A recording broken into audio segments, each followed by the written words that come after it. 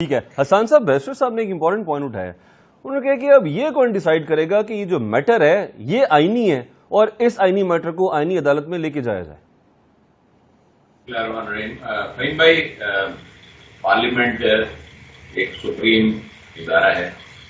آئین میں اس کی ڈیفینیشن ہے کہ اس کا کام لیجسلیشن کرنا ہے، اور لیجسلیشن کرنے کے لیے اس میں منتخب عوام کے منتخب نمائندے موجود ہیں. اگر کسی ڈپارٹمنٹ کی کوئی قانون سازی کرنی ہو تو کیا اس ڈپارٹمنٹ کے ہیڈ کو بلا کے پہلے پوچھا جائے کہ بھائی آپ کو سوٹ کرتا ہے تو میں یہ امینڈمنٹ ہم لیجسلیشن میں لانا چاہتے ہیں اور اس کے بعد ہم اس میں امینڈمنٹ کریں گے؟ تو ایسا تو پاسبل نہیں. پاسبلٹی تو یہ ہے کہ جو آئینی مسودہ ہے اس کو آئین میں ہی لکھا ہوا ہے کہ پارلیمنٹ اس کو ڈسکس کرے گی، جو منتخب نمائندے ہیں ان کی 2/3 میجورٹی اس کو پاس کرے گی، اور اگر پاس کرے گی تو وہ آئین کا حصہ بن جائے گا، اور اس کو ماننا جو ہے وہ پاکستان کے تمام عوام کے اوپر بشمول تمام اداروں کے لازم ہو جائے گا. دوسری چیز یہ ہے کہ اس کو کیوں ہیپوزٹ مینر میں لایا گیا. ہمارا بھی اعتراض ہے کہ ہیپوزٹ مینر میں نہیں لانا چاہیے. کانسٹیٹیوشنل کوڈ دنیا میں بہت سارے ممالک میں رائج ہے، پاکستان میں بھی سپریم کورٹ بھی ایک کانسٹیٹیوشنل کوڈ ہے، ہائی کورٹ بھی کانسٹیٹیوشنل کوڈ ہے. لیکن اگر کوئی ایک مزید کوڈ جس کے اندر کانسٹیٹیوشن سے متعلق جو کیسز ہیں ان کو اگر وہاں پر ڈسکس کیا جائے، جو کہ میڈیا کے اوپر سارا دن صبح سے لے کے شام تک آپ دیکھتے ہیں، اس کو پرکھتے ہیں، یہ عوام سوچتی ہے کہ ان کے کیسز تو نہیں چل رہے سپریم کورٹ میں جو 65,000 کیسز کی ایک بیک لاگ موجود ہے. میں خود وکیل ہوں سپریم کورٹ آف پاکستان کا، مجھے معلوم ہے نا کہ پچھلے کتنے سالوں سے وہاں اپیل اب غالباً کوئی 52,000 رہ گئے ہیں. میں گزارش کروں کہ سر دیکھیں، میں چھوٹی سی مثال دیتا ہوں. آج اگر کسی کو آپ رینٹ پہ ایک گھر دے دیجئے نا تو اگلے 10 سال تک بھول جائیں گے. اگر آپ نے عدالت سے رجوع کیا وہ 10 سال تک گھر خالی نہیں ہو سکتا، اس لیے کیونکہ باری نہیں آ رہی کیسوں پہ چلنے کی. تو ایک چھوٹا، یہ سب سے چھوٹا ایشو ہونا چاہیے کہ ایک مالک مکان کو اس کی جائیداد سے اس کے کرایہ دار نے صرف اس لیے دور رکھا ہے کہ عدالت میں کیس چل رہا ہے. تو وہ ان کیسز کی باری آنی کب ہے؟ اگر ایک کورٹ ایک کانسٹیٹیوشن کے متعلق تمام کیسز کو اپنے پاس سن کر اس پر فیصلہ کر دے تو میں نہیں سمجھتا کہ کسی کو اعتراض ہونا چاہیے، بشمول عدلیہ کے. عدلیہ سپریم ہے لیکن پارلیمنٹ اس سے زیادہ سپریم ہے. پارلیمنٹ کا یہ اختیار آئین نے ہی تفویض کیا ہوا. یا تو اس پیراگراف کو نکال دیتے ہیں کہ پارلیمنٹ جو ہے وہ قانون سازی کر سکتی ہے، اور اس وقت قانون سازی کرے کہ جب وہ سپریم کورٹ سے اجازت لے لے. تو بہت ساری چیزیں اس کے اندر انڈر ڈسکشن ہے. ہاں، لیکن میں اس بات سے متفق ہوں کہ تمام مکتبہ فکر کے لوگوں کو اس کے اندر شامل کر لینا چاہیے تھا. دیکھیے جتنے الیکٹڈ ممبرز ہیں اور ان کی جتنی بھی مکتبہ فکر کیا تو دور کی بات ہے حسان صاحب، جو حکومتی وزراء ہیں جب ان سے صحافی نے سوال کیا انہوں نے کہا ہمیں تو نہیں پتا. اچھا بائی دا وے یہ بتائیے کہ آپ کے پاس، آپ کی پارٹی کے پاس مسودہ کب آیا تھا؟ یہ دیکھیے ہمارے پاس مسودہ موجود، تمام پارٹی ہیڈز کو مسودے ملے ہیں. اب کوئی آگے اگر آپ کے سامنے یہ کہہ دے کہ اس کو مسودہ نہیں ملا تو یہ وہ اس کا جواب دے سکتا ہے. ایم کے پاس ایم کیو نے اپنی سفارشات اس کے اندر دی ہے. وہ مسودہ تمام پارٹی ہیڈز کو دیا گیا تھا. ہر ممبر کو تو نہیں دیا جائے گا، پارٹی ہیڈز کو تھا، ڈسکشن کے لیے تھا اور وہ موجود تھا. بالکل جی ٹھیک ہے.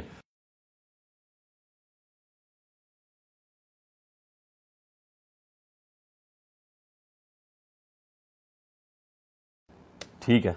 اچھا حسان صاحب، یہ جو فاروق ستار صاحب نے نون لیگ کو سیاست کرنے کی، سکھانے کی آفر کی ہے، یہ کس بنیاد پہ کی ہے؟ کیا ایم کیو ایم نے بھی سوچا کہ فضل الرحمان صاحب پیش ہیں تو ہم کیوں پیچھے رہیں، ہم بھی موقع کا فائدہ اٹھائیں، کم سے کم سیاسی بیان ہی دے دیں اور بتائیں ہماری ویٹیج ہے، ہماری پریزنس ہے، اس وقت ووٹوں کی سخت ضرورت ہے، اگر ہماری ووٹ کم ہوگی تو پھر بڑی گڑبڑ ہو جائے گی حکومت کے لیے.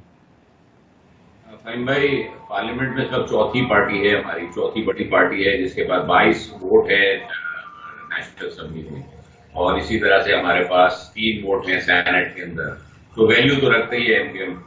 جہاں تک فاروق بھائی نے جو بات کی ہے وہ بالکل درست ہے، اس لیے کیونکہ جب پورا دن صرف اس بات پر کہ راضی کرنے پہ چاہے مولانا صاحب کو یا اور کسی جماعت کو راضی کرنے میں لگ گیا تو آبویسلی کہیں نہ کہیں تو لیک تھا نا گورنمنٹ کا، کہیں نہ کہیں تو نون لیگ کو پہلے سے تیاری پریپریشن کر کے رکھنی چاہیے تھی. تو مسودہ دے دینے سے اور بات چیت کر لینے کے باوجود اگر رزلٹ نہیں آیا رات گئے تک تو فاروق بھائی کا بیان بالکل بجا ہے. فاروق بھائی بالکل سینئر پولیٹیشین ہے اور 5 دفعہ منتخب کا ایوان میں گئے، ان سے سیکھنا چاہیے. سینئر پولیٹیشین ہے، بالکل سیکھنا چاہیے. تو کسی کو ہارم نہیں ہونا چاہیے کہ وہ اگر فاروق بھائی کہہ رہے ہیں تو ان سے کچھ نہ کچھ تو مل کرتا ہے. تو آپ نے جو تھوڑا سا ایک کنفیوژن جو کریٹ کی، کبھی آپ نے کچھ عرصہ پہلے پیپلز پارٹی کو پیغام دیا کہ وفاق کی یہاں پر انٹرونشن کی ضرورت ہے، اگر معاملات پیپلز پارٹی سے نہیں سنبھالے جا رہے، لا اینڈ آرڈر کے بالخصوص کراچی کے، تو پھر انہی کو ہم بلا لیتے ہیں. کبھی آپ نون لیگ سے گلہ کرتے ہیں، حالیہ آپ کا گلہ تھا نون لیگ سے کہ جو امپورٹنس باقی پارٹیز کو دی جا رہی ہے وہ ہمیں نہیں دی جا رہی، اور ہمیشہ سے آپ رہتے بھی عمومی طور پہ حکومتوں کا حصہ ہیں.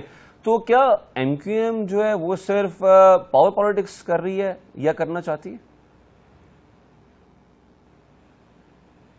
دیکھیے فہیم بھائی، ہمارے پاس تو کوئی صوبہ نہیں ہے. نون لیگ کے پاس صوبہ پنجاب ہے، پیپلز پارٹی کے پاس سندھ میں اور بلوچستان میں ہے، پی ٹی آئی کے پاس جو ہے وہ کے پی کے اندر حکومت ہے، لیکن ایم کیو ایم جو چوتھی بڑی پارٹی ہے وفاق کے اندر، اور ہمیشہ تیسری بڑی پارٹی رہی جب تک پی ٹی آئی کا وجود نہیں تھا. تو ہمارے پاس تو کوئی صوبہ نہیں ہے ہمیں پالیٹکس کرنے کے لیے. اور سندھ صوبے کے اندر جو ہماری میجورٹی، سیکنڈ لارجسٹ میجورٹی صوبے سندھ میں ہوتی ہے، اپوزیشن لیڈر ہماری جماعت سے ہے، آج بھی ہماری جماعت سے ہے. تو ہمیں کہیں تو بات کرنی ہے نا، پیپلز پارٹی سے بھی بات کرنی ہے، نون لیگ سے بھی بات کرنی ہے، یہاں کے لوگوں کی بات کرنی ہے. 50% سندھ کی آبادی جو ہے کراچی حیدرآباد میں رہتی ہے. آج کے سینسس سے لگا لیں گے تو 50% آبادی ان دو شہروں میں رہتی ہے، لیکن دو شہروں کو ذرا حال تو چیک کریں. تو ہم کس سے شکایت کریں گے؟ اگر ہم وفاق میں نون لیگ کے الائی ہیں تو ہم نون لیگ سے بھی بات کریں گے. ہم صوبے کے اندر اگر اپوزیشن میں بیٹھے ہیں تو ہم صوبے میں بھی شکایت کریں گے. دیکھیے عوامی مسائل ہیں، ہماری کوئی پرسنل ڈیمانڈ کوئی بھی نہیں ہے، ہم کسی پرسنل ڈیمانڈ پہ نہیں ہے. یہاں پہ اگر بل پاس نہیں ہو رہا تو کون سی ڈیمانڈ رکھی گئی سب کے سامنے، لیکن M Q M personal demand نہیں کر رہی ہے. ایم کیو ایم تو بات کر رہی ہے کہ بھائی آپ ان شہروں کو بہتر کرو، پورے سندھ کی حالت کو بہتر کرو، کراچی کے انفراسٹرکچر کو ٹھیک کرو، بدامنی کی صورتحال کو ختم کرو، یہاں کے لوگوں کی بہبود کے لیے کام کرو. ایجوکیشن سیکٹر کے اندر سندھ کے اندر بہت ضرورت ہے کام کرنے کی. یہ تمام چیزیں ہائی لائٹ تو کرنا ہمارا کام ہے نا. ہم تھرو اپوزیشن کا رول صوبہ سندھ کے اندر پلے کرتے ہیں. وفاق کے اندر بھی اگر آپ ہمیں دیکھیں تو ہم الائی ضرور ہیں، ہم ان کے اتحادی ہیں وفاق میں، لیکن نون لیگ کو ہم ایک ٹف ٹائم دیتے ہیں کہ اپوزیشن کا رول بھی پلے کرتے ہیں، کیونکہ جو اصل اپوزیشن ہے وہ تو اپنا رول پلے کر ہی نہیں رہی. بھائی آپ پروڈکٹیو بات کریں، بل کے اندر ناراضگی ہے، اعتراض ہے، کوئی پرابلم ہے، آبجیکشن ہے، آپ اس کو پروڈکٹیو وے میں تو لائیں، اس کو ایک لیکن حسان صاحب وہ تو تب کریں گے نا جب ان سے کچھ شیئر کیا جائے گا. وہ کیسے شیئر کریں؟ وہ تو خیر اس وقت آج ہمارے ساتھ پی ٹی آئی کے کوئی دوست ہیں بھی نہیں، لیکن بات کرنے کا مقصد یہ کہ ان کے چیئرمین نے بھی یہ کہا کہ اگر ہم سے شیئر کیا جاتا، ہم سے ڈسکس کیا جاتا تو ہم اس پہ ڈسکشن کر سکتے تھے، بیٹھ سکتے تھے. جی میں روکی صاحب آتا ہوں آپ کی طرف. جی پارلیمانی لیڈر ہوتا ہے، جو پارٹی ہیڈ ہوتا ہے پارلیمانی لیڈر ہوتا ہے، یا پارٹی ہیڈ جو ہے وہ اپنی پارلیمانی لیڈر بنا دیتا ہے، سب کے پاس موجود ہے. اب یہ 372 لوگوں میں ڈسٹریبیوٹ اس وقت تک نہیں ہو سکتا جب تک وہ بل کی صورت میں فلوٹ نہ ہو جائے، وہ جب تک ٹیبل نہ ہو جائے. اس سے پہلے ڈسکشن ہے یہ بل ٹیبل ہونے سے پہلے کی ڈسکشن. ابھی ٹیبل تو نہیں ہوا تھا، تو پارٹی ہیڈز کو کانفیڈنس میں لیا جائے گا نا. پارٹی ہیڈز نے اگر ڈسکشن یہ ہم نے ایم کیو ایم نے کیے اپنے تمام ایم این ایس کو بٹھا کے، آپ نے تمام جگہ پہ دیکھا بھی، ہم نے بریفنگ بھی لی ہے نائب وزیر اعظم صاحب سے، وزیر قانون صاحب کو بلوا کے ہم نے ان سے بریفنگ لی ہے، اپنے اعتراضات رکھے، اپنے سوال رکھے، اس میں اپنی ترمیم کے لیے ہم نے بھی اس پہ گزارش. ٹھیک ہے.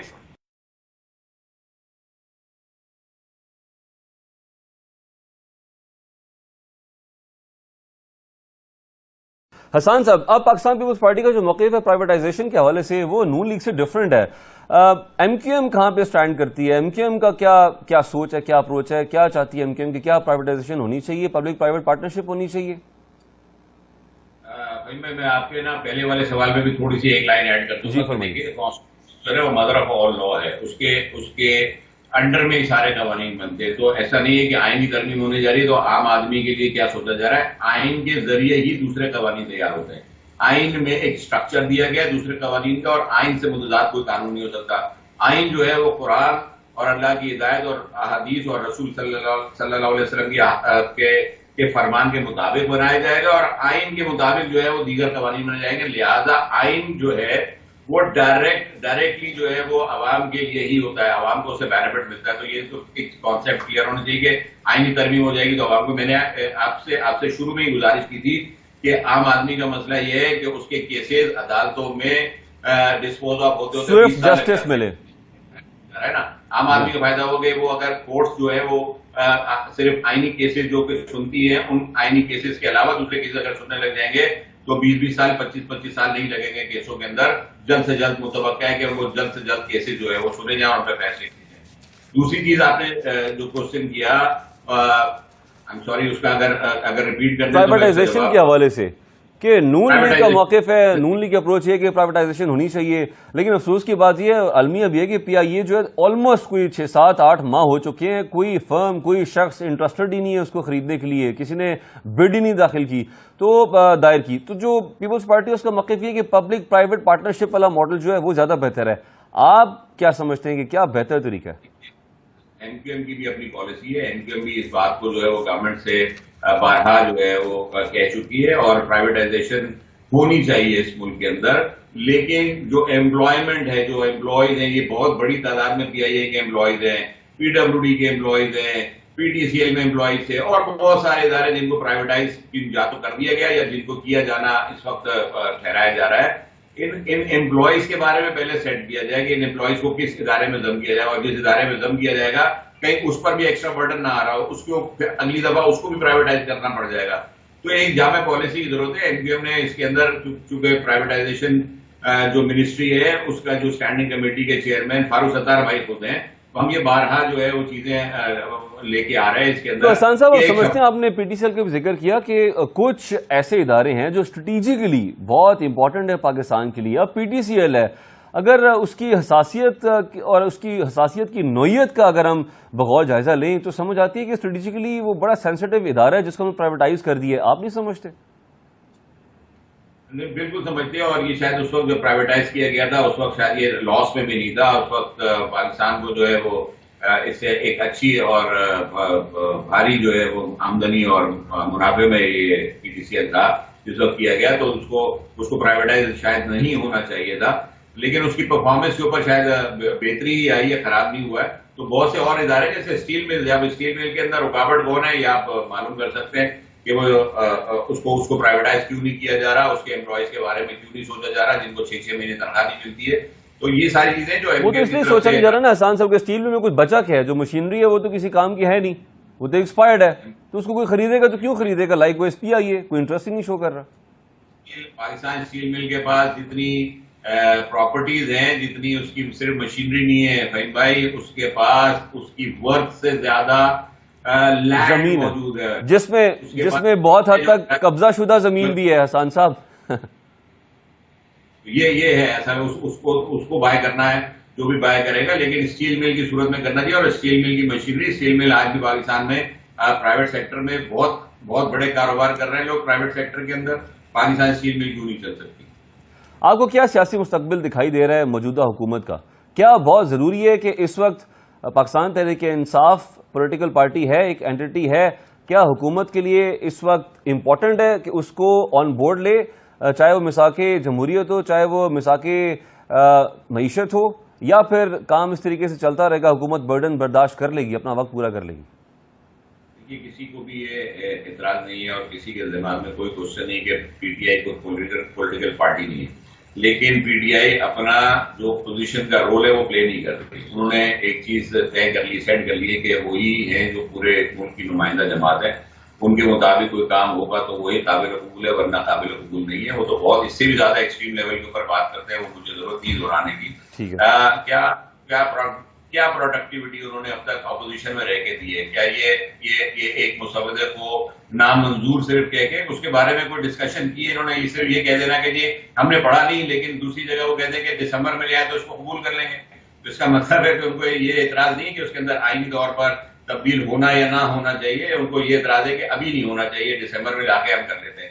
تو یہ بہت سارے کوشچن ہیں. پی ٹی آئی کو اپنے طرز سیاست کے اندر تھوڑی سی تبدیلی کی ضرورت ہے، اور تمام پولیٹیکل پارٹیز ان سے بات کرتی ہے. وہ بھی پارٹی سے فلور آف دا ہاؤس یا اسمبلی کے اندر تو بات کر لیتے ہیں، باہر نکل کے ان کو اپنے لیڈر کو ایک الگ امیج دکھانا ہوتا ہے. ان کی مجبوری آپ بھی سمجھا سکتے ہیں، آپ ان کے پرانے ساتھی ہیں ریسنٹ مارچ. جی ٹھیک ہے، تھینک یو سو مچ. جی خرم روکڑی صاحب، حسان صابر صاحب، بیرسٹر حسین